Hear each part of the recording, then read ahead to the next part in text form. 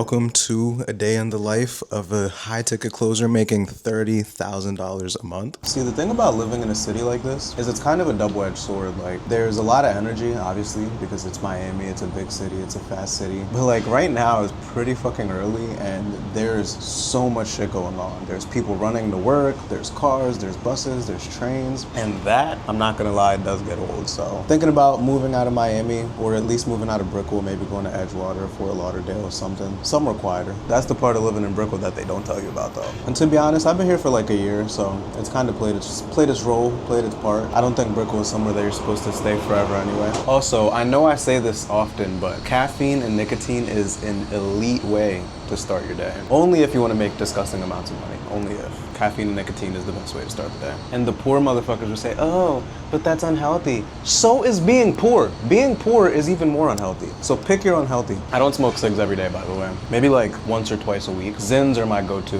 form of nicotine. Also, you're probably wondering what the fuck I'm sitting on. This was a gift from my uncle back in Kenya. The old heads, they sit in their corners, drinking their beer, smoking their cigs on one of these. So when I turned 18, my uncle got me this. I know my Kenyan brothers will know what this is. And this is literally the only balcony furniture I have. Fat ass balcony, and this is the only piece of furniture I have. So shout out to my uncle. Got a couple things planned for the day, but first I'm about to go get this cut. So I will see y'all after I'm cleaned up. You see, this is the part of living in this fancy ass building they don't tell you about. Everyone tells you get the Miami high rise. No one tells you you're gonna spend hours of your life waiting for the fucking elevator. The one thing that I will say is pretty cool about living in a building like this is you are surrounded by some of the sickest cars. Like there aren't, all the crazy ones aren't here right now, but as soon as I step out, double vets, there's a Brabus that's usually in here, a couple Rolls Royces. Like I'm like the most normal car in this parking lot, which is pretty motivating to see every day. Here she is. Yes sir, very calm, very simple. You know, people always ask me what my morning routine is, and up until maybe like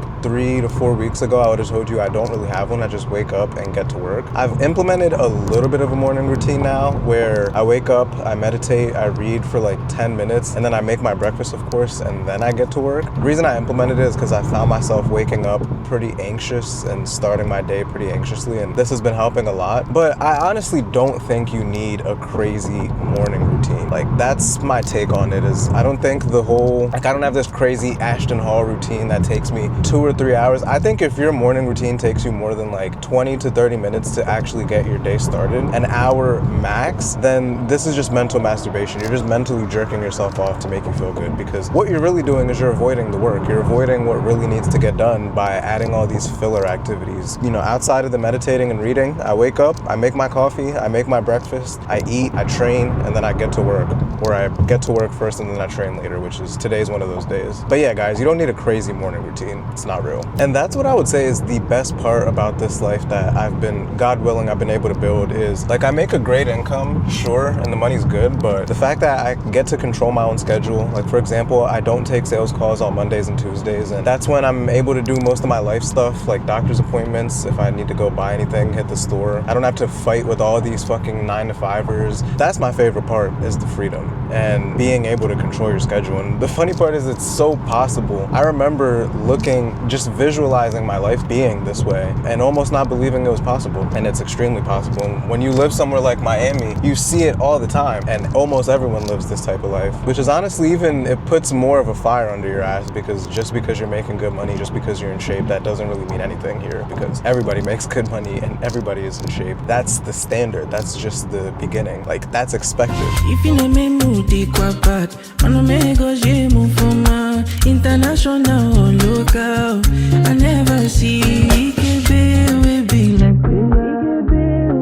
back in fucking business. Yes, sir. Now let's get to business for real. Side note, my barber really got me right. Like, yo, he's nasty with the clippers, man. It's insane. Now, you're probably wondering, who is this guy? What qualifications does he have? Like, where did he come from? So, my name's Nick. I am a high-ticket closer. I'll tell you what that is in a second. I was washing dishes 3 to 4 years ago at a restaurant, at 2 different restaurants. I was in college for something that I did not care about. Today, I live in Miami. I make like 30 grand a month. And you're about to see a couple realistic days in my life. So before we get into what we have planned for the day, what is high ticket sales? High ticket sales is you are ultimately a middleman between an influencer and a customer. So let's say there's a big fitness influencer and he has a program teaching people how to lose weight, but he's not good at sales. He would hire someone like me, I would close the deals, and then I would get 10% of the revenue, and then obviously he'd keep the 90%. And so doing that is how I was able to get out of corporate, how I was able to get out of dishwashing before corporate, and what puts me here in Miami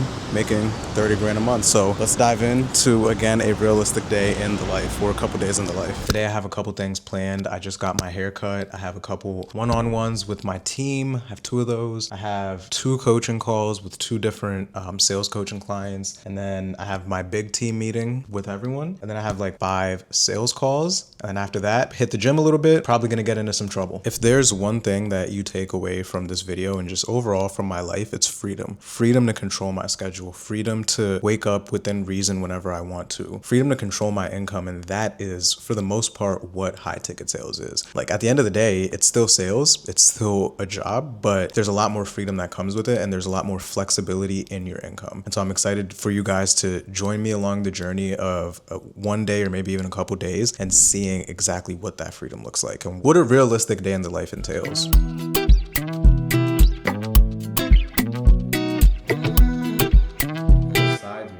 Is there anything that would keep you from feeling good and feeling aligned about doing it? Besides money, probably not, no. But we just have to talk about. No worries. If we were hypothetically able to break it down into more digestible pieces, would that make things easier for you to be able to take that step today if we could break it down? I mean, I think we would still want to talk about it like off camera, just as a couple. It's not like I'm just going to randomly go spending $8,000 without talking to him about it. I'll go grab coffee and then I'll be back, and then whatever you guys decide, we'll go from there. Cool. Got the payment.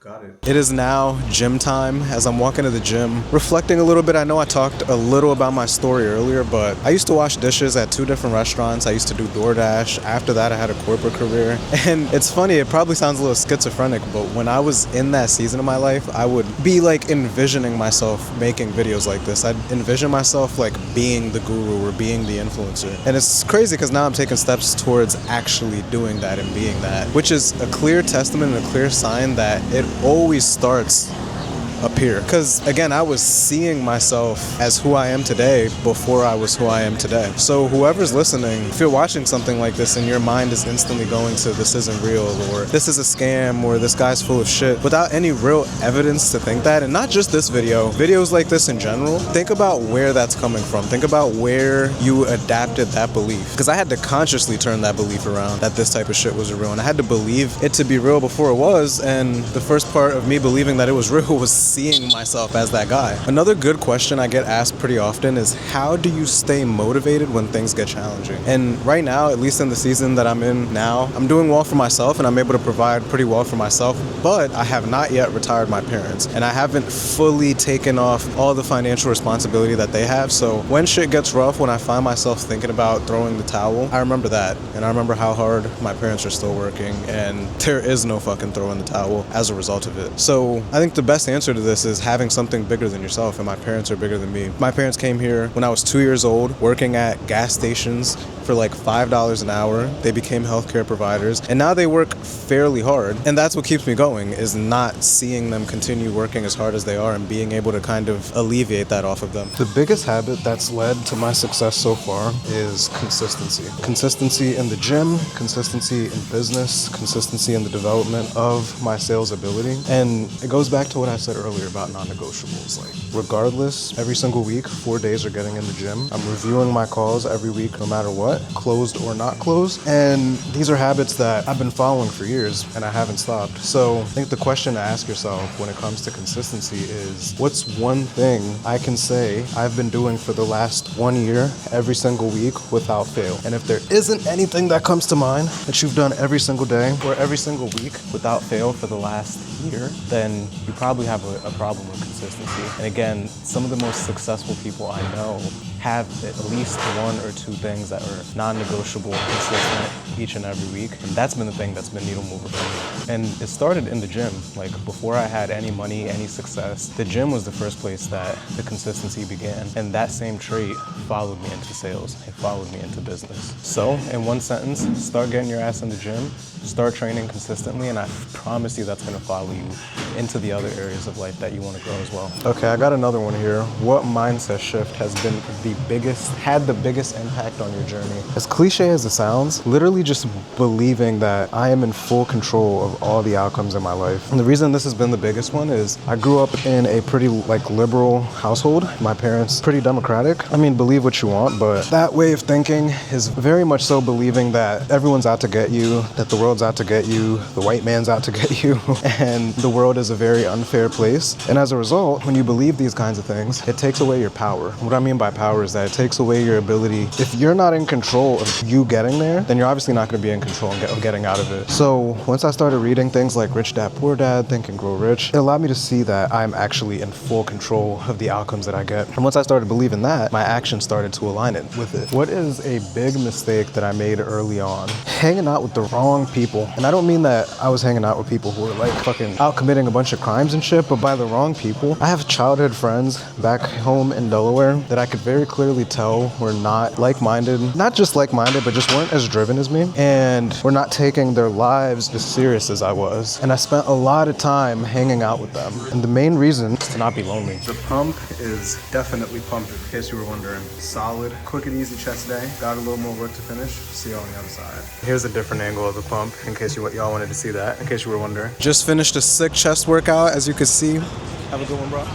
Yes, sir. As you can see, the pump is looking crazy. Miami's starting to light up, and I got a little more work to do and a little more Q&A I'm gonna answer. I'm gonna see y'all upstairs. Do you ever feel like people treat you differently because of your success? People definitely treat me differently as a result of my success. Family, friends, and it's not necessarily always from a place of ill intent. I think they mean well, but when people know you're doing well, I mean, it's human nature for people to want to do what is gonna benefit them the most. And if people know you're doing well, it's definitely gonna show in the way that they show up for you. So yeah, they 100% treat me different. What advice would you give to someone who's 18 or 21 and wants to follow in your footsteps? The advice I would give to 18 to 21-year-old Nick is taking more risk and taking risk faster. At that time in my life, I was, especially 21, I took more risk, but 18, I was super risk averse. I was terrified of taking any kind of risk. And I think if I would have done that sooner, if I would have invested in myself sooner, if I would have had mentors sooner, I think I would have been where I am now probably 3 years ago. So stop being so scared of risk. What's something that you wish more people knew about building wealth? You are not going to save yourself to success. You're not going to save yourself to money. And this whole narrative of, let me see where I could cut back, let me make my coffee at home so I don't have to spend $3. This scarcity mindset is not going to build wealth. It's not going to build any kind of success. If you have this death grip on money, what's actually going to build your success is your ability to make more money. So I think if more people knew that, more people would be open into getting the skills that they need, and we would have more wealthy people. So in one sentence, your financial success is determined by your income and not by your ability to save. What are your biggest ongoing expenses and what do you splurge on? My biggest expense is rent, which is $4 grand a month. But outside of that, I don't really splurge on too much besides food. I love some good food. So I eat out almost daily and almost every meal. Besides good food and a good place to stay, I don't really splurge too much. You guys saw my car earlier. It's a Honda Accord Sport. I don't have crazy jewelry and all this shit. I don't have a Lambo. I don't put my money into a lot of that stuff. If I can eat good, if I can live good, that's all I need. What's next for you in terms of goals or projects? What is the goal of this channel? So what's next for me is running up sales coaching and being one of the top, if not the top sales coach in this space. And part of what that relates to in terms of goals is being able, I don't see any other black guy, I don't really see any other black person, period, who is giving raw, real game when it comes to sales. So that's gonna be me. And in addition to that, making it as tactical as possible. So if you haven't watched my previous previous videos, make sure you do. Everything is extremely tactical, it's extremely calculated, and the goal is for you to be able to watch my channel, pay me nothing, and be able to make at least 8 to 10 grand a month simply off of the sauce and off of the game that I give you there, and then ask to pay me after I've proven myself to you. Appreciate you for tuning in to a couple days in my life. As always, make sure you like, comment, subscribe. I'll see you in the next one.